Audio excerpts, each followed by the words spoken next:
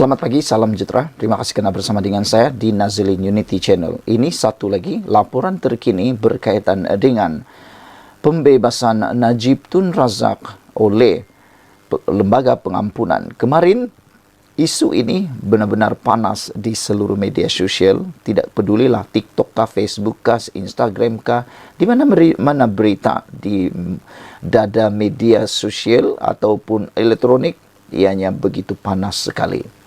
Namun demikian, ini merupakan keputusan terkini daripada Menteri Wilayah Persekutuan.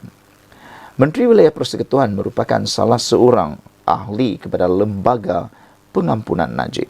Oleh sebab itu, beliau pastilah mengetahui serba sedikit proses dan mengetahui sejauh mana proses progres kepada petition memohon pengampunan terhadap Najib tersebut.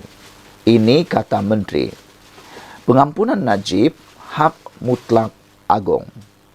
Dan kita tahu kemarin adalah hari terakhir Kebawah Yang Maha Mulia di Persekutuan Agung Al-Sultan Abdullah menjadi yang di Persekutuan Agung Malaysia. Baginda telah pun berangkat balik ke Pahang.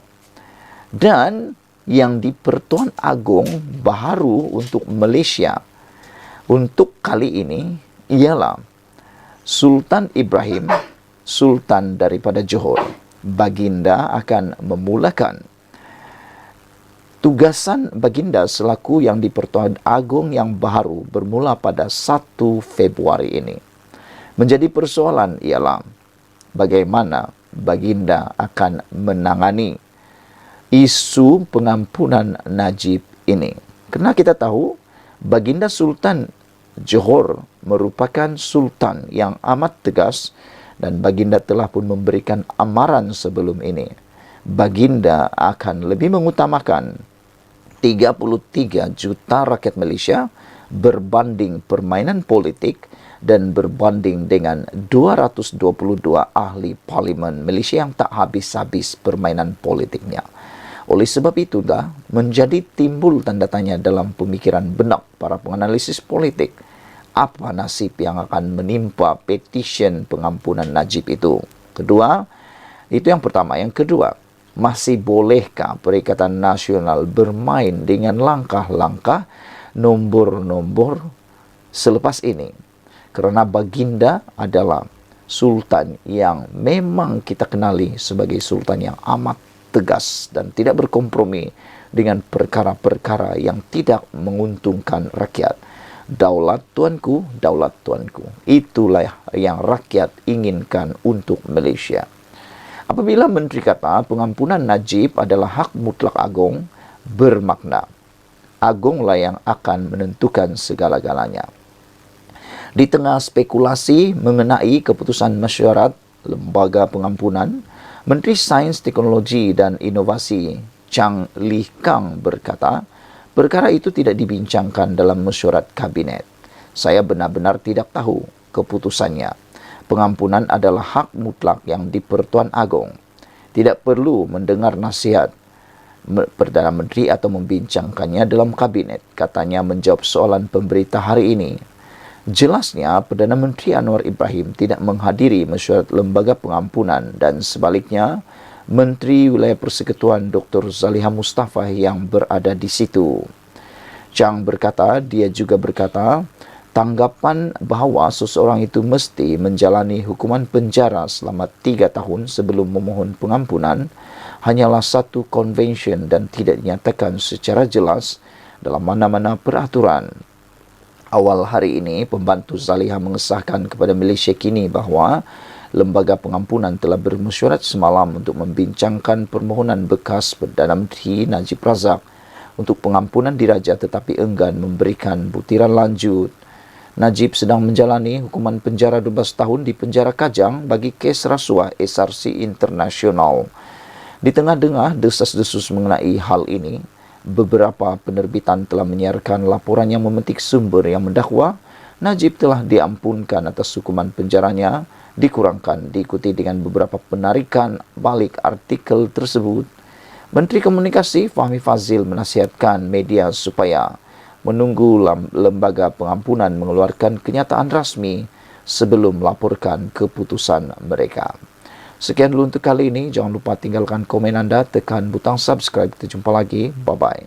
Selamat pagi, salam sejahtera. Terima kasih karena bersama dengan saya di Nazilin Unity Channel. Ini satu pendedahan, satu sindiran yang paling panas sekali untuk Daim Zainuddin.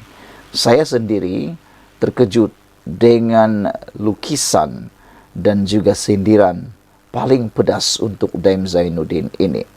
Ini apabila satu laporan di Harapan Daily menulis anugerah pelakon terbaik jatuh kepada Daim Zainuddin, ditulis oleh Siti Nurzawani. Kartunis politik Zulkifli Anwar ul Haqi, lebih dikenali sebagai Zunar, menamakan Tun Daim Zainuddin sebagai pelakon terbaik selepas hadir berkerusi roda ke mahkamah semalam. Sebelum saya teruskan membaca laporan kali ini, saya nak tanya kepada semua rakan penonton, terutamanya kepada para peminat channel ini dan juga peminat politik Malaysia dan yang mengikuti perkembangan sepenuhnya perbicaraan kes mengaitkan tun-tun yang ada di Malaysia, bilioner yang kekayaannya luar biasa ini. Adakah anda juga setuju dengan kecaman ataupun sindiran daripada Zunar ini berkaitan dengan Daim Zainuddin? Adakah anda juga setuju dengan lukisan ini yang mana Daim Zainuddin dianugerahkan pelakon terbaik? Satira terbaru yang dihasilkan itu memaparkan wajah wajah kartun Daim sambil memegang piala pelakon terbaik dengan bertulis Best Actor Film Court and berkerusi roda. Semalam Daim 85 tahun menarik perhatian para media selepas hadir berkerusi roda dengan sut berwarna hitam. Beliau juga kelihatan seperti tidak bermaya dan tidak bercakap apa-apa ketika dikerumuni pengamal media di lobi mahkamah. Peguam bagi pihak Daim memberitahu Mahkamah Session semalam bahawa bekas Menteri Kewangan itu bukan sahaja buta sebelah mata, malah diserang penyakit angin ahmar beberapa tahun lalu. Peguam M. Puravelan berkata, Daim mengalami masalah kesihatan yang kronik apabila mata kirinya dijangkiti kuman sehingga menyebabkan ia terpaksa dikeluarkan. Daim dihadapkan ke Mahkamah Session atas pertuduhan gagal mematuhi notis dengan tidak mengisytiharkan 71 harta miliknya termasuk beberapa kenderaan mewah, syarikat dan hartanah di sekitar Kuala Lumpur, Selangor, Pahang, Negeri Sembilan, Perak dan Kedah. Semua harta terbabit antaranya 7 kereta termasuk Mercedes-Benz, Jaguar, Austin Morris, Rolls-Royce, 38 syarikat antaranya Ibu Kota Development, Menara Ampang Sdn Bhd dan Avilion Berhad, 25 hartanah dan tanah di bawah syarikat di Kuala Lumpur, Ampang, Raub, Pahang dan Kuala Muda, Kedah, serta akaun amanah saham nasional Berhad dan amanah saham nasional. Beliau bagaimanapun mengaku tidak bersalah selepas pertuduhan dibacakan di hadapan Hakim Azura Alwi dan meminta untuk dibicarakan. Beliau juga dibenarkan berada di luar kandang tertuduh sepanjang proses pertuduhan. Sementara itu, pertuduhan terhadap Daim berikutan ketidakpatuhan terhadap arahan mengisytihar harta mungkin bukan yang terakhir.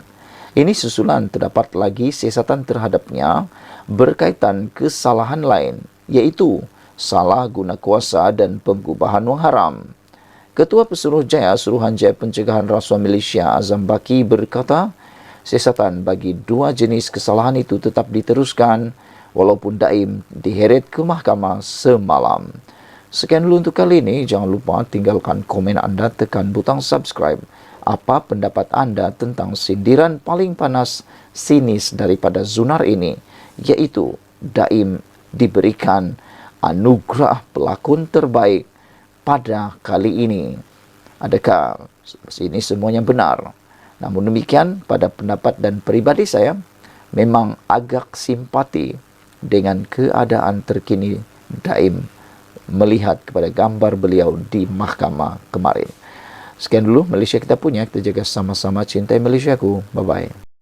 Selamat pagi, salam sejahtera. Terima kasih kerana bersama dengan saya di Nazlin Unity Channel. Saudara-saudara sekalian, ini satu lagi pendedahan yang paling menarik perhatian kita berkaitan dengan Daim Zainuddin. Dipetik daripada Next Step Malaysia web page, menulis, kisah bilioner diam-diam terbongkar. Harta geng Mahathir ini 7 keturunan pun tak akan habis. Saudara-saudara sekalian, kawan rapat Tun Dr. Mahathir Mohamad kini yang bukan jutawan, sebaliknya sudah bertaraf bilioner. Diam-diam Tun Daim Zainuddin mengumpul harta dan kekayaan yang 7 keturunan pun tak habis menurut laporan ini. Malah, sebelum menyertai kerajaan dan menjadi Menteri Keuangan pada tahun 1984 hingga 1991 pun, dan kali kedua pada 1999 hingga 2001, Daim sudah kaya sebagai ahli perniagaan yang sangat berjaya. Namun, nama Daim muncul semula era kerajaan Madani pimpinan Datuk Seri Anwar Ibrahim gara-gara gagal mematuhi notis Suruhanjaya Pencegahan Rasuah Malaysia SPRM yang tidak mengisytiharkan 70 aset dan 1 akaun bank. Kemunculan bilioner berusia 86 tahun ini di Mahkamah Session Kuala Lumpur pada 29 Januari lalu mengejutkan rakyat Malaysia. Orang kepercayaan Mahathir berkenan berkerusi roda dengan mata kirinya buta akibat jangkitan kuman selain diserang penyakit angin ahmar beberapa tahun lalu. Di mahkamah pada 29 Januari lalu, Daim terpaksa dipapah dan rupanya menghidap penyakit buah pinggang dan kini hanya terpuruk di rumah. Dia didakwa dengan sengaja memberikan satu pernyataan bertulis dengan bersumpah yang tidak mematuhi terma notis di bawah Seksyen 36 dalam kurungan 1 kurungan E Akta SPRM 2009 Akta 694 bertarikh 8 November 2023 yang dihantar kepadanya oleh pegawai SPRM berpangkat Pesuruhjaya yang lebih tinggi pada 14 November 2023 dengan tidak mengisytiharkan harta. Saudara, ramai orang di luar sana yang cuba mengatakan bahawa Daim tidak diberi peluang kononnya mengisytiharkan harta beliau.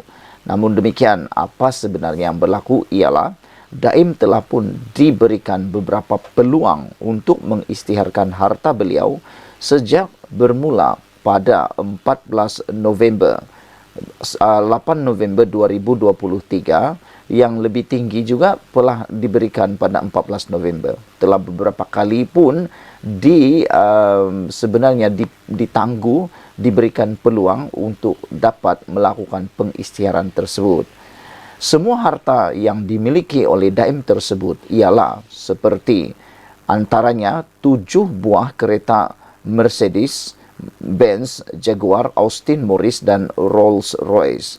Selain daripada itu, 38 syarikat antaranya Ibu Kota Development Sdn Bhd, Menara Ampang Sdn Bhd dan Avilion Berhad. Ketiga, harta yang dimiliki oleh Daim Zainuddin yang telah pun menggemparkan seluruh Malaysia yang telah berjaya mengheret Daim Zainuddin ke muka pengadilan ialah 25 hartanah dan tanah di bawah syarikat di Kuala Lumpur, Ampang, Raub, Pahang dan Kuala Muda, Kedah. Yang keempat ialah akaun Amanah Saham Nasional Berhad ASB dan Amanah Saham Nasional ASN. Kesalahan itu didakwa dilakukan di Ibu Pejabat Suruhanjaya Pencegahan Rasuah Malaysia SPRM nombor 2 Lebuh Wawasan Persin 7 Putrajaya pada 13 Disember tahun lalu. Daim didakwa mengikut Seksyen 36 dalam kurungan 2 Akta Suruhanjaya Pencegahan Rasuah Malaysia 2009 Akta 694 yang boleh dihukum penjara tidak melebihi 5 tahun penjara dan boleh didenda tidak melebihi 100.000 jika sabit kesalahan. Saudara-saudara sekalian, dengan pendedahan yang amat luar biasa ini, kita pastinya juga sama dengan setuju dengan kenyataan daripada tajuk di website ini, yaitu kisah bilioner diam-diam terbongkar, harta geng Mahathir ini 7 keturunan pun tak akan habis. Sekian dulu untuk kali ini. Jangan lupa tinggalkan komen Anda, tekan butang subscribe. Kita jumpa lagi. Bye-bye.